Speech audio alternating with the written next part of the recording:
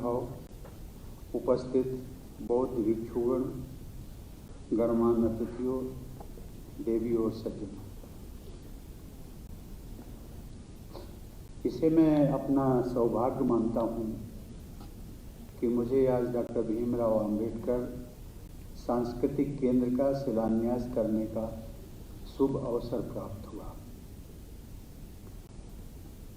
हम लोगों ने स्वस्ति वाचन तथा भिक्षुओं द्वारा प्रस्तुत गायन एवं पाठ के प्रभाव को भी सुना और एक इस प्रकार से आध्यात्मिक वातावरण बना। आध्यात्मिक वातावरण की बात मैं इसलिए करता हूँ क्योंकि भिक्षुओं द्वारा जो प्रस्तुत गायन एवं पाठ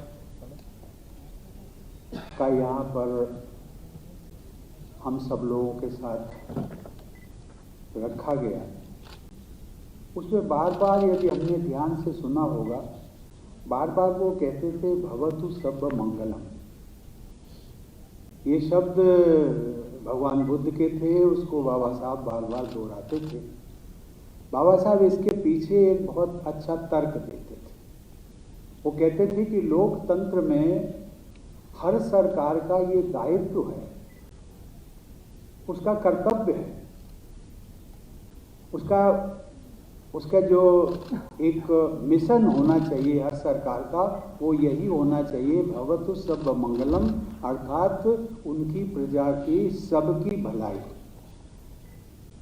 और ये सबकी भलाई, अब उसको राजनीतिक दल कोई किसी प्रकार से सबका विकास, सबका, ये सारी चीज़ें आ सकती हैं, लेकिन एक जिसका मैं उल्लेख कर रहा हूँ कि मुझे खुशी है कि वर्तमान सरकार भवतु सर्व मंगलम का जो मूल पाठ है, मूल उद्देश्य है, उसको साकार कर रही है। यह भी मेरा सौभाग्य है कि 2 दिन पहले ही 27 जून को मैं अपनी जन्मस्थली कानपुर स्थित परौंठ गांव में बाबा साहब की प्रतिमा पर पुष्पांजलि अर्पित करने का मुझे सौभाग्य मिला था। आज के दिन का एक औचित्य मुख्यमंत्री जी ने उल्लेख किया। 93 साल पूर्व डॉक्टर अंबेडकर ने जिस सोच को आगे बढ़ाया, समता मूलक समाज की रचना, और उसके लिए उन्होंने एक समाचार पत्र का प्रकाशन प्रारंभ किया, समता नाम का। और हम सब ने देखा होगा उनकी पूरी जीवन यात्रा समता मूलक समाज के रचना पर ही व्यस्त रही। यहाँ तक कि जब संविधान के वो प्रमुख शिल्पी बने, उसमें भी हमने देखा है संविधान की उद्देशिका, जिसको प्रिएम्बल कहते हैं, उसमें भी उन्होंने समता का जिक्र किया, फ्रेटर्निटी, बंधुत्व जिसको। ये समता अर्थात बाबा साहब के दिलों और दिमाग में ये शब्द एक ऐसा गुंजायमान था कि वो जानते थे कि जब तक इस देश में समता मूलक समाज का निर्माण नहीं होगा, सरकारें इस रास्ते पर नहीं चलेंगी, तब तक इस देश का समग्र विकास संभव नहीं है। और इसलिए मैं मुख्यमंत्री जी और उत्तर प्रदेश सरकार को बधाई देता हूं कि आज का दिन उन्होंने चुना, उसका औचित्य आज की तारीख का। और ये तारीख मुझे लगता है कि हम सब के लिए भी महत्वपूर्ण है कि 93 वर्ष पूर्व जो डॉक्टर अंबेडकर ने यात्रा शुरू की थी समता मूलक समाज के निर्माण की, उस यात्रा के आज हम सब लोग जो सांस्कृतिक केंद्र बनने जा रहा है, उस यात्रा को आगे बढ़ाने का, उसके हम सब लोग साक्षी बन गए। इस लखनऊ शहर से बाबा साहब अंबेडकर का भी एक खास संबंध रहा है, जिसके कारण लखनऊ को बाबा साहब की कभी कभी स्नेह भूमि भी कहा जाता है। बाबा साहब के लिए गुरु समान बोधानंद जी और उन्हें दीक्षा प्रदान करने वाले भदंत प्रज्ञानंद जी दोनों का निवास लखनऊ में था और बाबा साहब बराबर आते थे, उनसे विचार विमर्श होता था। दिसंबर 2017 में जब मैं लखनऊ आया था तो बाबा साहब भीमराव अंबेडकर विश्वविद्यालय के दीक्षांत समारोह में भाग लेने का मुझे अवसर मिला था। अपनी उस लखनऊ यात्रा के दौरान मैंने भदंत प्रज्ञानंद जी की पुण्य स्थली पर जाकर उनकी स्मृतियों को सादर नमन भी किया था। बाबा साहब की स्मृतियों से जुड़े सभी स्थल हम भारतवासियों के लिए विशेष महत्व रखते हैं। भारत सरकार द्वारा बाबा साहब से जुड़े महत्वपूर्ण स्थानों को तीर्थ स्थलों के रूप में विकसित किया गया। महू, जहाँ वो पैदा हुए, उनकी जन्मभूमि, नागपुर में दीक्षा भूमि, दिल्ली में परिनिर्वाण स्थल, मुंबई में चैत्य भूमि तथा लंदन में आम्बेडकर मेमोरियल होम को तीर्थ स्थलों की श्रेणी में रखा गया।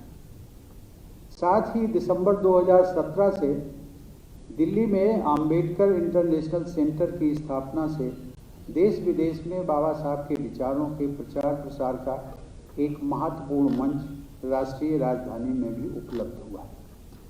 और मुझे प्रसन्नता इस बात की है कि जिस प्रकार की सोच आम्बेडकर इंटरनेशनल सेंटर जो दिल्ली में स्थापित हुआ, प्रधानमंत्री जी ने उसका शिलान्यास किया था, उसी परंपरा को आगे बढ़ाते हुए उत्तर प्रदेश सरकार ने भी उत्तर प्रदेश की राजधानी में डॉक्टर अंबेडकर स्मारक और सांस्कृतिक केंद्र की स्थापना का आज शुभारंभ हुआ।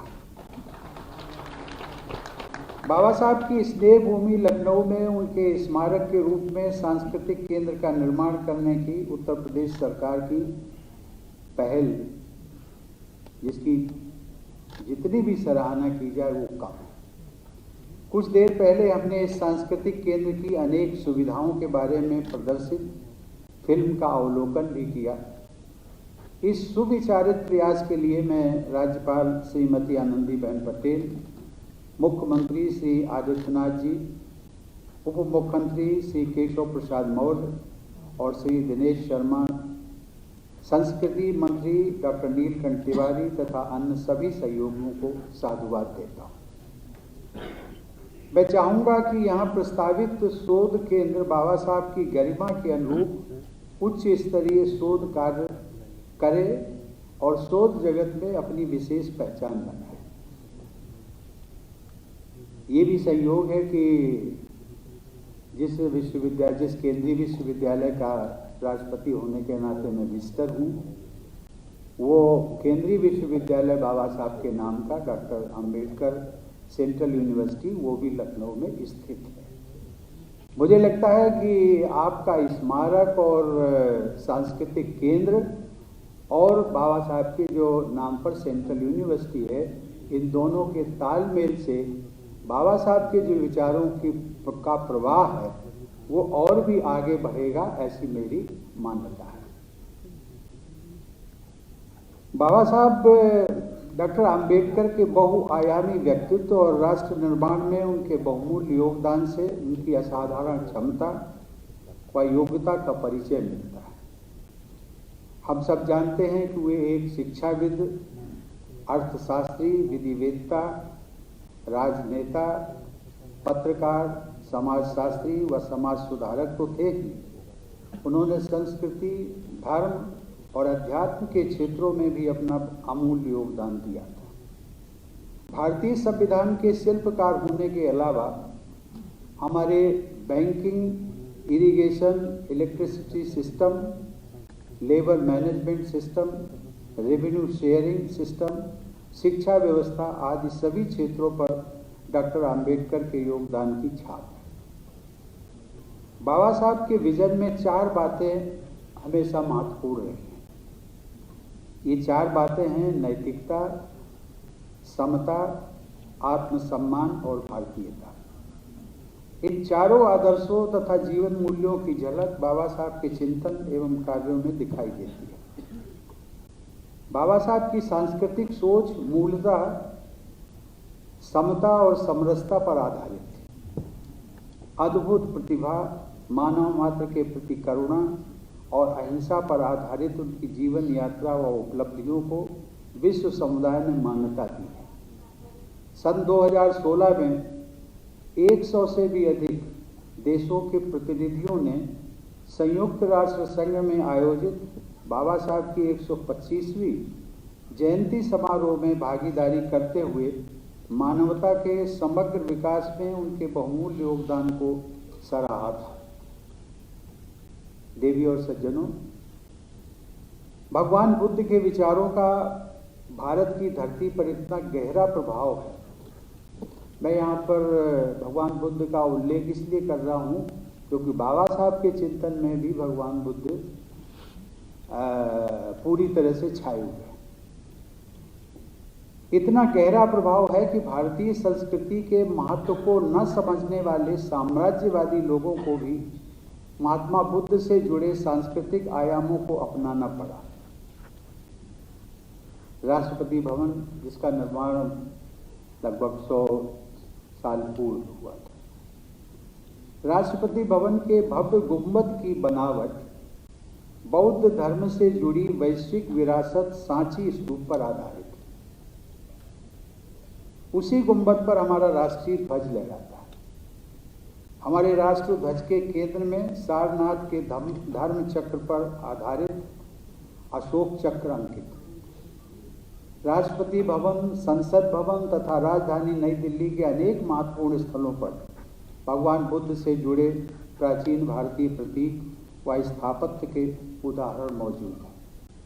शायद आप सबको मालूम हो कि हमारे देश के जनप्रतिनिधियों की सबसे बड़ी सभा, जिसे हम लोकसभा कहते हैं, उसमें जो स्पीकर की कुर्सी है उसके पीछे लिखा हुआ है धर्म चक्र प्रवर्तनाय। ये संदेश अंकित है, जिसका आह्वान गौतम बुद्ध ने अपने प्रथम प्रवचन में किया था। डॉक्टर आम्बेडकर ने भगवान बुद्ध के विचारों को प्रसारित किया।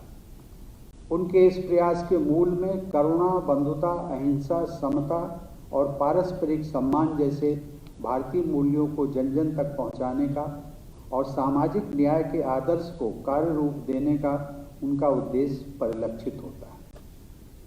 नवंबर 2017 में मैंने बोध गया में स्थित महाबोधि पीपल का एक पौधा मंगवाया था राष्ट्रपति भवन। उसे राष्ट्रपति भवन के बगीचे में लगाया। उस अवसर पर सभी धर्मों के प्रतिनिधियों और हरिजन सेवक संघ के सदस्यों को मैंने आमंत्रित किया था। मेरी दृष्टि में वह पौधा बुद्ध और सही मायने में डॉक्टर आम्बेडकर की व्यापक और करुणामय विश्व दृष्टि का प्रतीक है। वो जो 6 इंच का पौधा, छोटा सा पौधा था, अब लगभग 6 फुट ऊंचा हो गया है। वह पौधा भगवान बुद्ध की व डॉक्टर आम्बेडकर की आध्यात्मिक व सांस्कृतिक विरासत के साथ साथ राष्ट्रपति भवन को जोड़ने के एक जीवंत सेतु के रूप में विद्यमान रहेगा। देवी और सज्जनों, अपने जीवन के अंतिम वर्षों के दौरान बाबा साहब ने आध्यात्मिक और सांस्कृतिक पहलुओं पर बहुत महत्वपूर्ण कार्य किए। 6 दिसंबर 1956 को महापरिनिर्वाण के 2 दिन पहले ही उन्होंने बुद्ध और धम्म पर अपनी अत्यंत महत्वपूर्ण पुस्तक की प्रस्तावना को अंतिम रूप दिया था। भगवान बुद्ध के करुणा और सौहार्द के संदेश को उन्होंने अपने जीवन और राजनीति का आधार बनाया। अक्टूबर 1956 को नागपुर में अपने एक संक्षिप्त भाषण में उन्होंने समाज की एकता पर बल देते हुए कहा था कि मैं उनको कोट कर रहा हूँ। उन्होंने कहा था कि वो एक लोकसभा, भंडारा लोकसभा है, वहाँ से चुनाव लड़े थे, हार गए। उन्होंने कहा कि मैं भंडारा के उपचुनाव में पराजित हुआ हूँ, मुझे ये बुरा नहीं लगता। इस चुनाव में मेरे पक्ष में बहुत अधिक मतदान हुआ। अपने वर्ग के मतों को छोड़ दिया जाए तो समाज के दूसरे लोगों ने भी मेरे पक्ष में मतदान किया, इस बात का मुझे संतोष है। मैं हारा अथवा जीता, ये प्रश्न मेरे लिए महत्वपूर्ण नहीं है। इस प्रकार बाबा साहब ने जो नैतिकता का प्रदर्शन किया था और सौहार्द के सांस्कृतिक मूल्यों पर आधारित राजनीति की आवश्यकता पर बल दिया था। हमारे स्वाधीनता संग्राम के दौरान बाबा साहब के अनेक समकालीन देशवासी ये कहा करते थे, हम सब लोग जानते हैं जिस समय स्वाधीनता संग्राम आज़ादी की लड़ाई चल रही थी, उस समय भी ये हिंदू मुस्लिम वैमनस्यता का बहुत प्रदर्शन होता था। उस समय एक सौहार्दपूर्ण वातावरण के निर्माण के लिए बहुत सारे नेता हमेशा ये कहा करते थे कि भाई हम सब लोग हिंदू और मुसलमान बाद में हैं, सबसे पहले हम भारतीय हैं, और ये सोच रखनी चाहिए। बहुत अच्छी चीज। लेकिन बाबा साहब की सोच इससे ऊपर थी। जब दूसरे नेता ये कहते थे कि हम पहले भारतीय हैं, बाद में हिंदू मुसलमान क्रिश्चियन और सिख, तो बाबा साहब कहते थे नहीं भाई, हम पहले भारतीय हैं, बाद में भारतीय हैं और अंत में भी भारतीय हैं। अर्थात ये बीच में कहीं भी जाति धर्म संप्रदाय इनका कोई इसमें कोई स्थान नहीं। देवियों और सज्जनों, बाबा साहब आधुनिक भारत के निर्माण में महिलाओं की महत्वपूर्ण भूमिका के पक्षधर थे। वो महिलाओं को समान अधिकार दिलाने के लिए सदैव सक्रिय रहे।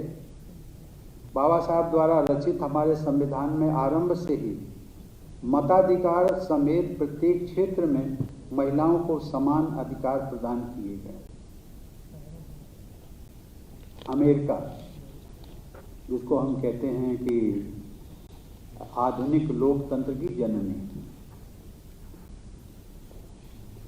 उसमें विमेंस को जो वोटिंग राइट्स हैं, वो 100 साल बाद जब अमेरिका आज़ाद हुआ है, लोकतंत्र की स्थापना हुई है, उसके 100 साल के पश्चात वहाँ पर महिलाओं को वोटिंग राइट्स दिए गए थे।